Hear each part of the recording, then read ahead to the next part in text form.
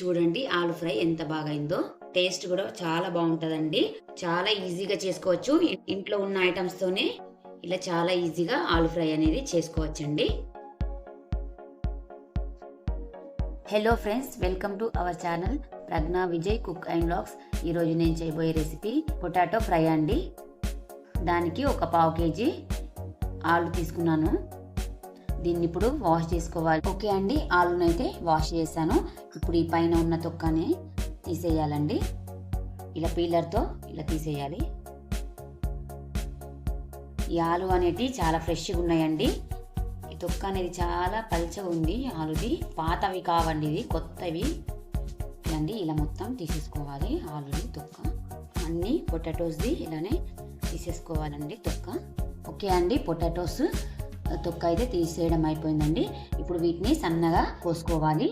అన్నీ ఈవెన్గా ముక్కలు కోసుకోవాలండి. ఒకటి చిన్నగా ఒకటి పెద్దగా కోసుకోవద్దు, అన్నీ సమానంగా కోసుకోవాలి. ఓకే అండి, ముందుగా ఈ కొన్ని వాటర్ తీసుకోవాలి. మనం ఆలు కోసిన తర్వాత ఆలు ముక్కలు అనేటివి నల్లబడకుండా వాటర్లో ఇలా కొద్దిగా ఉప్పు వేసుకోవాలండి. ఈ ఆలు ముక్కలు అనేటివి నల్లబడవు. ఆలుని కట్ చేసుకోవాలి. ఇప్పుడు ఎక్కువ సన్నగా కూడా కట్ చేసుకోవద్దండి, మళ్ళీ ఫ్రై చేసేటప్పుడు ముద్దలాగా అయిపోతుందండి. ఇలా ఈవెన్గా కట్ చేసుకోవాలి. ముక్కలు ఒకటే సైజులో కట్ చేసుకోవాలి.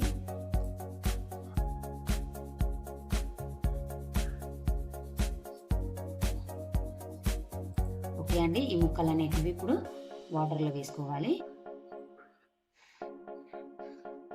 అన్ని పొటాటోస్ ఇలానే కట్ చేసుకోవాలి. ఓకే అండి, ఆలు అయితే కట్ చేయడం అయిపోయింది. చూడండి, ఇలా పీసెస్ లాగా కట్ చేసుకోవాలి. అన్నీ ఈవెన్గా కట్ చేసుకోవాలండి. అప్పుడే ఫ్రై చేసేటప్పుడు ఈవెన్గా ఫ్రై అవుతాయి. చూడండి. ఓకే అండి, ఇప్పుడు ఫ్రై చేసుకుందాం. ఆలు ఫ్రై చేయడానికి ముందుగా ఒక 2 టేబుల్ స్పూన్స్ ఆయిల్ వేసుకోవాలండి. ఓకే అండి, ఆయిల్ అయితే వేడైంది. ఇప్పుడు ఒక స్పూను ఆవాలు జీలకర్ర వేసుకోవాలి. ఓకే, ఆవాలు జీలకర్ర కొద్దిగా చిటపటలాడిన తర్వాత పచ్చిమిర్చి వేసుకోవాలండి. 3 పచ్చిమిర్చి ఇలా కోసి వేసుకోవాలండి. ఒక రెమ్మ కరివేపాకు కూడా వేసుకోవాలండి. ఓకే అండి, వేసుకున్నాక బాగా మిక్స్ చేసుకోవాలి. చిన్న సైజు ఆనియన్స్ 2 తీసుకున్నానండి. ఇలా సన్నగా కోసి వేసుకోవాలి.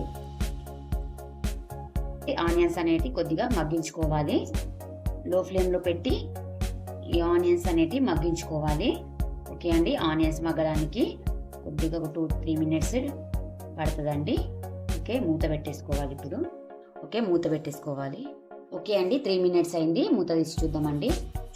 చూడండి, ఆనియన్స్ అయితే కొద్దిగా మగ్గినాయండి. ఇప్పుడు మనం దీంట్లో పసుపు వేసుకోవాలి. ఒక స్పూను పసుపు వేసుకోవాలండి. పసుపు వేసుకున్నాక కూడా బాగా మిక్స్ చేసుకోవాలి.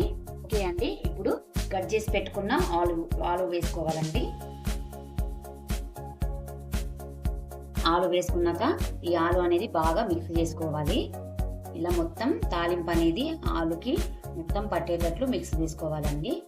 ఆలు మిక్స్ చేయడం అయిపోయింది.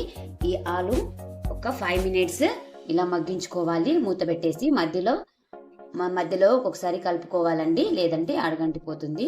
ఓకే అండి, మూత పెట్టేసి 5 మినిట్స్ అయిందండి. చూడండి, ఆలు కొద్దిగా మగ్గిందండి.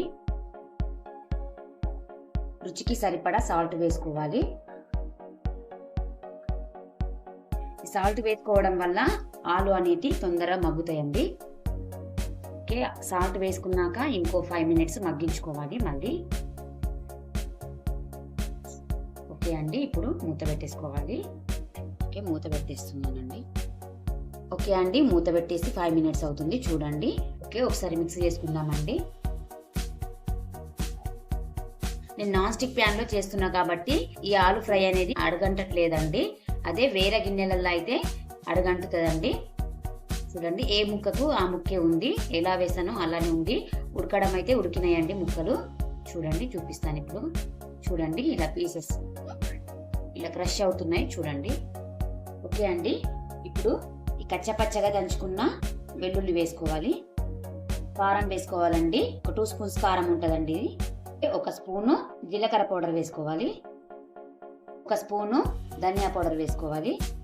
ఇవన్నీ వేసుకున్నాక బాగా మిక్స్ చేసుకోవాలండి. ఈ ముక్కలకు పట్టేటట్లు మొత్తం మిక్స్ చేసుకోవాలి. ఇలా బాగా మిక్స్ చేసుకోవాలండి. ఎంత బాగా మిక్స్ చేస్తే అంత బాగా టేస్ట్ అనేది వస్తుంది. ఓకే అండి, ముక్కలకైతే బాగా పట్టేసిందండి. ఇప్పుడు మూత పెట్టేసుకోవాలండి. ఒక 3 minutes మూత పెట్టేసుకోవాలి. ఈ మసాలాలన్నీ ఆలు ముక్కలకి బాగా పట్టేస్తాయండి. ఓకే, మూత పెట్టేస్తున్నాను. ఓకే అండి, 3 minutes అవుతుంది. ఒకసారి మూత తీసి చూద్దామండి. చూడండి, ఓకే, మసాలాలన్నీ ఈ ఆలు ముక్కలకి అయితే పట్టేసినాయండి. ఇప్పుడు ఫైనల్ గా కొత్తిమీర వేసుకోవాలి. ఓకే అండి, కట్ చేసి పెట్టుకున్న ఈ కొత్తిమీర వేసుకోవాలండి. ఓకే, కొత్తిమీర వేసుకున్నాక చేసుకోవాలి. ఆలు ఫ్రై అయితే ఇంతేనండి, చాలా ఈజీగా చేసుకోవచ్చు. చాలా తక్కువ ఇంగ్రీడియంట్స్ తోని ఈజీగా టేస్టీగా చేసుకోవచ్చు అండి. పప్పులకి సైడ్ డిష్ గా చాలా బాగుంటది. వట్టిగా ఇలా కూడా తినచ్చండి. రైస్ లోకి చాలా చాలా టేస్ట్ వస్తుంది ఇలా తిన్నా గానీ. ఆలు ఫ్రై అయితే చేయడం అయిపోయింది. ఓకే, ఇప్పుడు దీన్ని సర్వ్ చేసుకోవాలండి. ఓకే అండి, చూడండి ఆలు ఫ్రై ఎంత బాగా అయిందో. టేస్ట్ కూడా చాలా బాగుంటుందండి. ఒకసారి ఇలా ట్రై చేయని వాళ్ళైతే ఖచ్చితంగా ట్రై చేయండి. మీకు ఎలా వచ్చిందో కామెంట్ చేయండి. వేడి వేడి అన్నంలోకి అయితే చాలా చాలా బాగుంటుందండి.